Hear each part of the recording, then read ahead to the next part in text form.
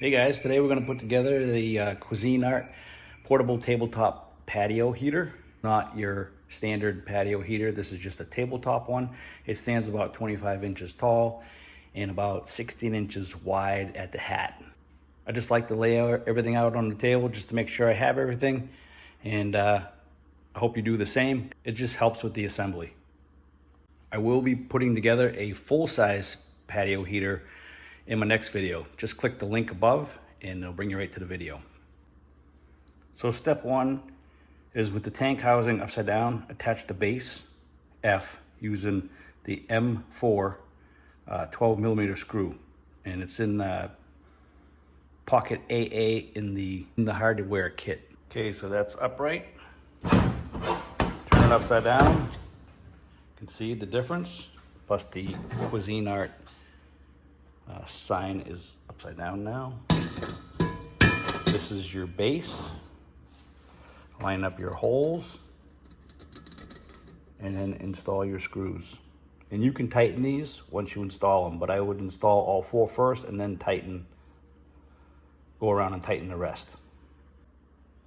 The only tools I'm using is a 5/16 nut driver and a Phillips head screwdriver number 2 bit. All right, the base is on and the screws are in. I tightened all the screws. Step 2, flip the base over and attach the burner.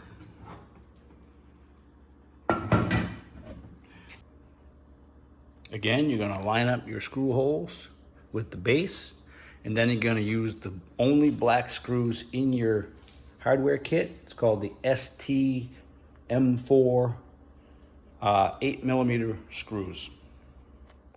These black screws, they are like a self-tapping screw, so it's going to take a little bit more force than the other screws that are machine threaded. Notice that I lined up the Cuisinart badge with the knob assembly. When you're tightening these black screws, make sure you use a really good number 2 screwdriver. You don't want to strip the Phillips head tip. And also don't over torque them because it's such a fine thread and it's just going into sheet metal. So you can strip that out as well pretty easily. So just take it easy, just snug them up. Step 3, attach the emitter screen to the burner assembly using the M4 12 millimeter screws. This screen has a seam, so I'm gonna put it towards the back as best as possible, just so it just looks a little bit better. So as you can see, I'm gonna put the seam out back.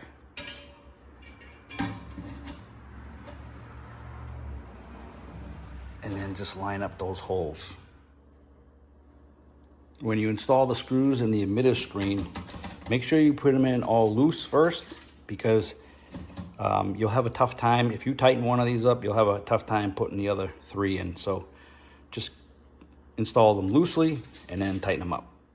All right, now that we have the emitter screen on, we're gonna install the spacers for the shield.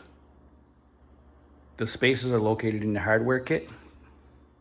They look like this. And basically you're just gonna take them. It doesn't matter which way they go in. They can go in either direction. This way or this way. Does not matter. I just used my nut driver to tighten these up. You can use a 5/16 wrench or a pair of pliers as well. Again, just snug them, don't over torque them. This is kind of a very light project.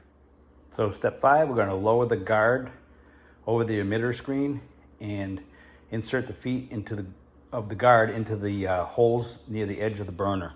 Well, they're talking about these little holes here, and we're talking about these little feet here. To basically just put that over and then insert the feet like that, one at a time. Go right around, should drop into place. There you go. So step 6, we're gonna attach the 2 domes using the M5 8 millimeter screws and the M5 nuts. There's no special way. It just, this tab lays on top of here and this tab lays on top of this one. So, or on the bottom of it actually. That's raised up, that's raised up. So basically you just fit it just like this, line up your holes, put your screws in, and your nuts do not tighten yet. Put all 4 screws in and then go back and tighten them up. All right, we're gonna put together the 2 dome parts. I found it easier to put it on the table and kind of lift up one side like this. Get this tab under and this tab under, so that when it's together, it looks like this.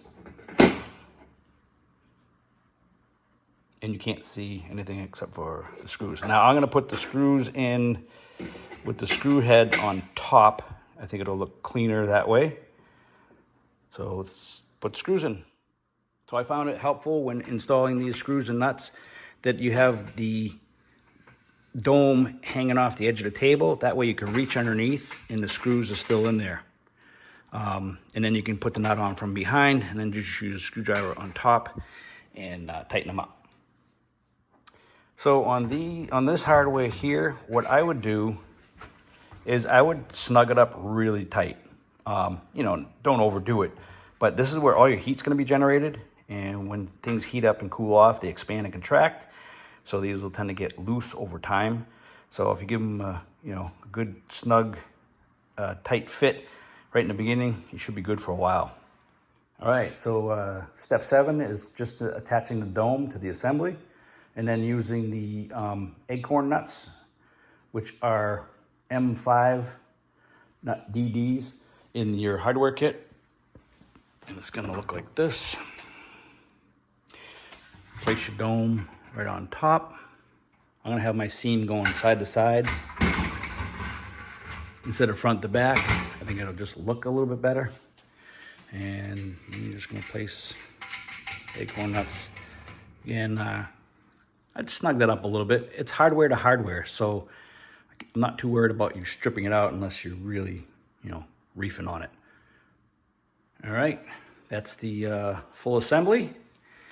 And that's all you have to do now is put in the propane tank. I think I'm gonna buy the 5-foot line on Amazon so I can hook this to my 20-pound tank.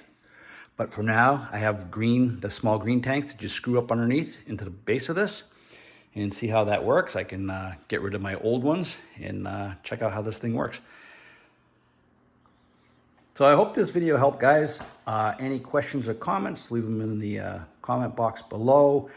I have links to all the products and tools and everything that I used in the video. This is not a sponsored or paid video. I just bought this and just wanted to see how good it worked, because it's gonna get cool here up in New England. It's already August and the nights are starting to get cold already. So this will be a nice addition to our patio. So again, hopefully this video helps. Any questions or comments, guys, leave in the box below. Be happy to answer them for you. Take care, have a good one.